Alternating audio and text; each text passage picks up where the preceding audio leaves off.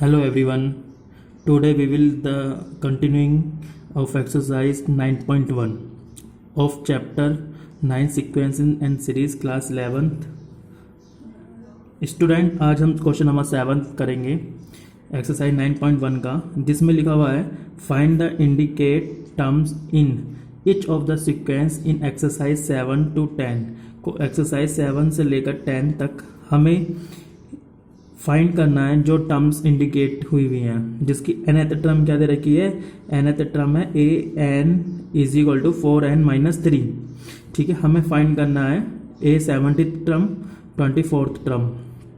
ठीक है, तो बहुत इजी है, जैसे कि हमने क्वेश्चन नंबर 1 to 6 में भी किए थे। वैल्यू फाइंड करनी थी फर्स्ट टर्म ऐसे ही करना है। जैसे कि हमें फाइंड क्या करना है, पहले nth टर्म क्या गिवन है, a n is equal to 4n-3। ठीक है, हमें क्या फाइंड करना है, 17th term and 24th term.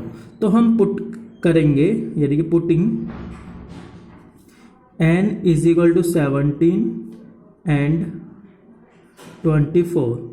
सबसे पहले हम x की वैल्यू n की वैल्यू 17 पुट करेंगे एंड 24। जब हम 17 रखेंगे तो a 17 is equal to 4 multiply 17 - 3। ठीक है, कैसे किया ये हमने, जहाँ पर n लिख रहा था उसके प्लेस पर हमने 17 पुट करा। n की वैल्यू 17 पुट करी और इसको ऐसे ही लिख लिया है। ठीक है, 17 4 जा कितना होगा, 68 - 3। ठीक है, इसको सॉल्व करेंगे, कितना आएगा, 65। ओके स्टूडेंट, यही हमारा इसका आंसर हो गया है। ऐसे ही हम पुटिंग करेंगे 24, n के प्लेस पर क्या पुट करेंगे, 24। जैसे यहाँ पर लिख रहा है ना 4n, ये nth टर्म है। इस nth टर्म में n की वैल्यू पुटिंग कर रहे हैं हम, तो n की वैल्यू हम 24 रखेंगे तो 4 मल्टीप्लाई 24 - 3। ठीक है, 24 चौक यानी कि 24 4 जा 96 - 3 कितना होगा, 93। ठीक है, यही हमारा इसका आंसर होगा। Okay student, now let's do question number 9। Question is an, nth term given है, ये nth टर्म दे रखी है इस क्वेश्चन की, जिसमें हमें क्या फाइंड करना है, 9th टर्म फाइंड करनी है। इस nth टर्म की 9th टर्म फाइंड करनी है, यानी कि n की वैल्यू क्या पुट करनी है, 9। तो इस क्वेश्चन में हम क्या करेंगे, n इज इक्वल टू 9, तो n की वैल्यू हम 9 फाइंड करनी है, तो 9 रख लीजिए n की वैल्यू। तो a 9 इज इक्वल टू -1 की पावर 9 - 1 इंटू 9 की पावर 3। ठीक है, पहले क्या करा, जहाँ पर n लिख रहा है वहाँ पर हमने n की जगह 9 पुट कर लिया, तो 9 - 1 9 की पावर 3। ठीक है, अब इसे सिंप्लीफाई करेंगे, कितना होगा, -1 की पावर 9 में से 1 को माइनस करेंगे 8 इंटू 9 की मल्टीप्लाई 3 बार करो, 9 9 9 9 9 जा 81 81 9 जा 729। ठीक है, तो इसकी मल्टीप्लाई करेंगे तो इतना आ जाएगा। अब -1 की पावर 8 है, तो याद रखना अगर -1 की पावर अगर इवन होता है तो क्या होगा, प्लस, अगर ओड होगा तो क्या होगा, -1। ठीक है, तो इसलिए क्या हो जाएगा, प्लस, तो 729 इसका आंसर आ जाएगा। ठीक है, now let's do question number 11। अभी हम ऊपर की क्वेश्चन जो 7th 9th मैंने बताया, सेम पैटर्न के 8th और 10th आप सेल्फ करोगे। ठीक है, तो इसमें लिखा हुआ है क्वेश्चन नंबर 11 में, राइट द फर्स्ट 5 टर्म। शुरू की हमें 5 टर्म फाइंड करनी है of each of the sequence in exercise 11 to 13। 11 से लेकर 13, 11 12 13 तीन क्वेश्चन एक ही पैटर्न के हैं, जिसमें मैं 11 बता देता हूँ आपको। ठीक है, सेम पैटर्न के क्वेश्चन नंबर 12 और 13 है। ठीक है, हमें इसमें लिखा हुआ है शुरू की 5 टर्म फाइंड करनी है, जिसकी nth टर्म क्या दे रखी है, ये। ठीक है, ये nth टर्म है हमारे पास, a n is equal to 3a n - 1 + 2। ठीक है, और एक चीज भी और हमें पता है, a1 यानी कि फर्स्ट टर्म भी हमें इन्होंने गिवन है। ठीक है ना। ये हमें इन्होंने दिया हुआ है पहले से ही कि ए फर्स्ट टर्म क्या दे रखी है 3, और हमें क्या फाइंड करना है, शुरू की 5 टर्म दे रखी निकालनी है।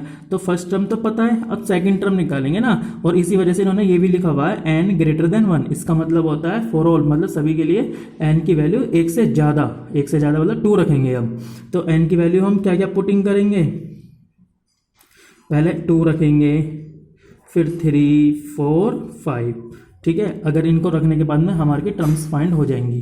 तो कैसे करते हैं, सबसे पहले हमने इसमें इस क्वेश्चन के अंदर 2 पुट करा, इस nth टर्म में क्या रखा 2, तो 3 इंटू ए, एन की वैल्यू क्या रखी 2 माइनस 1 प्लस 2, तो ये कितना होगा 3 इंटू ए, 2 में से 1 गया तो 1 ही बचेगा, ए एन प्लस 2। तो ए एन यानी कि फर्स्ट ए 1 की फर्स्ट टर्म क्या करेंगे 3 लिखेंगे, 3 मल्टीप्लाई 3 प्लस 2, ठीक है। 3 3 ज़ा 9, 9 और 2 11, तो हमारी सेकंड टर्म कितनी आई 11। ऐसे ही हम थर्ड टर्म निकालेंगे, एन की वैल्यू 3 रख लीजिए nth टर्म में, यानी कि इस वाली प्लेस पर। तो एन की वैल्यू 3 रखेंगे तो 3 minus 1 plus 2 is equal to 3 multiply a 2, 3 में से 1 गया 2 plus 2 is equal to 3 multiply a 2 की वैल्यू क्या है स्टूडेंट 11, ऊपर निकल कर आई थी, तो इसे रखेंगे 11, ठीक है। 11 3 से कितना होगा 33, 33 में 2 को प्लस करेंगे कितना आएगा 35। इसी तरह से A4 और A5 भी निकालेंगे हम। तो A4 क्या होगा 3A4 minus 1 plus 2, 3 multiply A3 plus 2, 3 multiply 35, ठीक है ना। इसकी वैल्यू यहाँ पुटिंग कर ली प्लस 2, ठीक है। 35 दिया 105 और 2 107, ये कितना आ जाएगा 107। 33 35 3 ज़ा 105 प्लस 2 यानी कि 107। अब हम निकालेंगे 5, यानी कि 3 multiply A5 minus 1 plus 2, 3 multiply A4 plus 2, A4 की वैल्यू कितनी निकल कर आई 107, यानी कि 3 मल्टीप्लाई 107 प्लस 2, ठीक है। दोनों की मल्टीप्लाई करके इसे ऐड करेंगे। तो मल्टीप्लाई मैंने यहाँ कर लेता हूँ 7 21 3 3, ठीक है। 321 में 2 जोड़ेंगे तो 323, ठीक है। यही हमारा इसका आंसर हुआ। Now let's do question number 14। अब 12 और 13 सॉल्व करके देखिए, सेम पैटर्न के थे, 11 के ही जैसे होंगे, ठीक है। 14 करते हैं, 14 भी सेम ही है पर थोड़ा सा डिफरेंस है। हमारे पास एक nth टर्म गिवन है, ठीक है, जिसकी फर्स्ट टर्म सेकंड टर्म दोनों सेम है, उसकी वैल्यू दे रखी है 1, और हमें ये फाइंड करना है, ठीक है। किन किन वैल्यूज़ के लिए 1 के लिए, 2 के लिए, 3 के लिए, 4 के लिए, 5 के लिए, इन सब की वैल्यूज़ हमें फाइंड करनी है, ठीक है। अगर मैं इस क्वेश्चन में देखो ए क्या निकालना है n plus 1 upon A N, ये फाइंड करना है। तो मैं n की वैल्यू अगर इसमें 1 पुटिंग करता हूँ तो इसमें जब 1 रखूँगा तो क्या होगा 1 प्लस 1 तो हो जाएगा 2, और यहाँ 1 रखूँगा तो A1, तो दोनों की वैल्यू ऊपर से उठाई मैंने 1 अपॉन 1, क्योंकि A1 और A2 की वैल्यू क्या दे रखी है 1 दे रखी है, तो इसका आंसर क्या आ गया 1, ठीक। अब n की वैल्यू 2 पुट करो, ठीक है। n प्लस 1 अपॉन an में 2 रखेंगे तो क्या होगा, फर्स्ट पार्ट ये इसका सेकंड हो जाएगा, थर्ड पार्ट सेकंड पार्ट में n की वैल्यू 2 रखो तो 2 प्लस 1 कितना होगा 3 अपॉन A3 A2। अब देखो इसमें A2 की वैल्यू तो हमें पता है 1 है, अब A3 की वैल्यू नहीं पता, तो A3 की वैल्यू हम अलग निकालेंगे।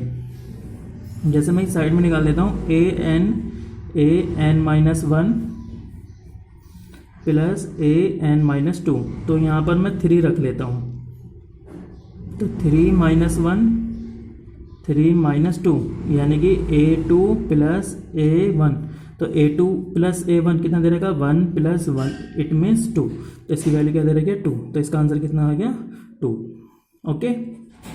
नाउ अब की बार इस वाले पार्ट में हम क्या पुट करेंगे, अब की बार हम इसमें 3 रखते हैं, तो 3 में 1 रखूँगा तो 4 अपॉन an की वैल्यू कितनी दे रखी है 3। हमने पहले n की वैल्यू 1 पुट करा, फिर 2 रखा, फिर 3।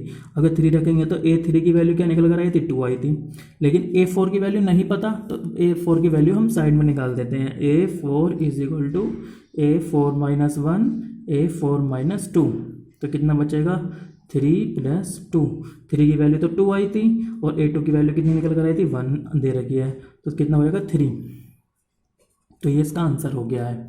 ठीक है, अब हम इसमें 4 पुट करेंगे, 4 पुटिंग कर लेते हैं। तो A4 तो ये कितना हो जाएगा 5।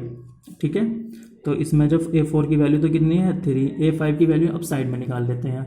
इस तरह से हम इस क्वेश्चन को कंप्लीट करेंगे। A5 कितना हो जाएगा, जैसे कि इस वाले पार्ट में हमें an-5 कितना होगा 4 प्लस का A3, तो A4 तो कितना है 3 और A3 कितना 2, तो कितना होगा 5। ये इसका आंसर हो जाएगा। बस अब की बार हमें एक पार्ट और निकालना है। इस वाले पार्ट में क्या रखना है 5, जब मैं 5 रखूँगा तो ये 6 हो जाएगा। तो A5 की वैल्यू तो हमें पता है 5 है और A6 की वैल्यू भी फाइंड कर लेंगे। तो A5 प्लस A4, ठीक है, A5 5 दे रखा, A4 3 दे रखा है, तो कितना हो जाएगा ये 8। तो 8/5 यही हमारा इसका आंसर हुआ। मैं एक बार मैच कर लेता हूँ, 1 2 3/2 5/3 8/5। ठीक है, यही हमारा आंसर है। थैंक यू स्टूडेंट, ये हमारी एक्सरसाइज कंप्लीट हुई। नेक्स्ट वीडियो में हम 9.2 का इंट्रोडक्शन विथ एक्सरसाइज स्टार्ट करेंगे। Thank you.